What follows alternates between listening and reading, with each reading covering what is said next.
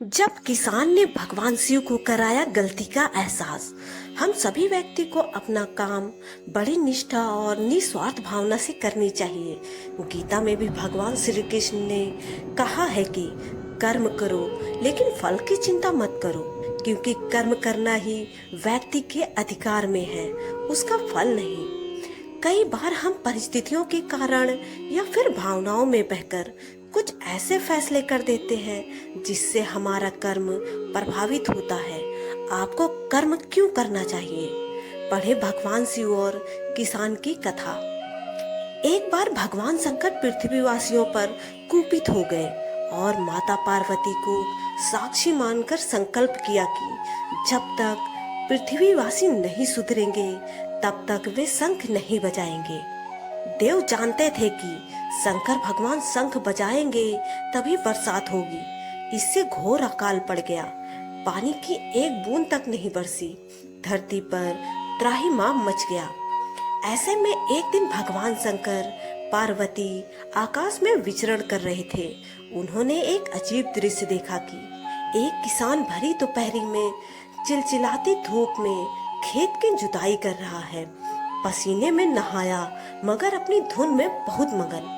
जमीन पत्थर की तरह सख्त हो गई थी, फिर भी वह जी तोड़ मेहनत कर रहा था। उसकी आंखों में आत्मविश्वास था और उसके पसीने की बूंदों से उम्मीद टपक रही थी।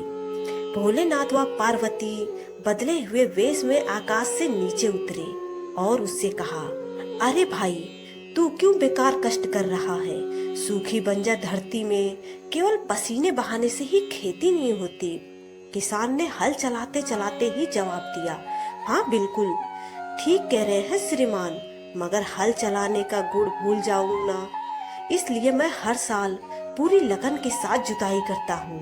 जुताई करना भूल गया तो केवल वर्षा से खेती हो सकेगी क्या?